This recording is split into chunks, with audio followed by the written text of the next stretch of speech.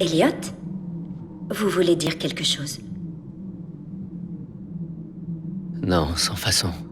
Mon système a frisé. Dieu est là pour vous.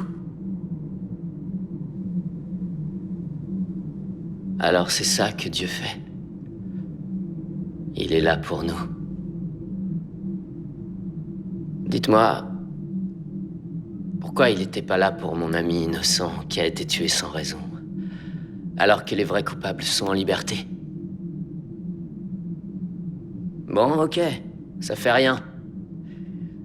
Oublions les cas particuliers. Si on parlait de toutes ces guerres déclarées en son nom uniquement. Non? D'accord. Très bien. Mettons de côté ce meurtre arbitraire et sans importance une seconde si vous voulez. Parlons plutôt de cette mélasse raciste, sexiste et phobique dans laquelle on est en train de se noyer uniquement à cause de lui.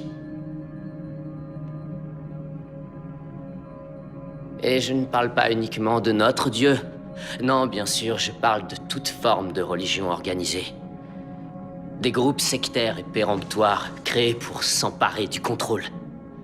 Comme un dealer qui multiplie les accros à la drogue de l'espoir et dont les fidèles ne seraient rien d'autre qu'une bande de junkies qui se dopent au mensonge pour stimuler leur dopamine d'ignorance. Des junkies refusant d'accepter le fait qu'il n'existe aucun ordre, qu'il n'existe aucun pouvoir, que toutes les religions sont des vers qui se métastasent dans notre esprit, créés pour diviser, pour qu'on puisse se laisser influencer par tous ces charlatans qui rêvent de nous diriger.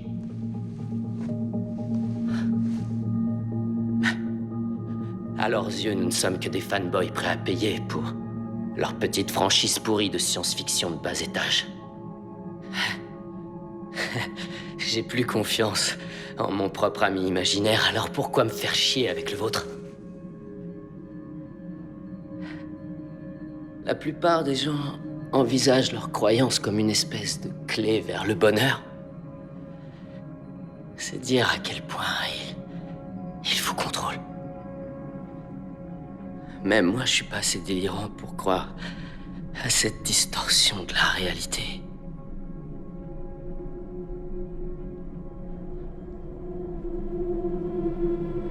Alors je l'emmerde, votre Dieu. C'est pas un bouc émissaire suffisant pour moi.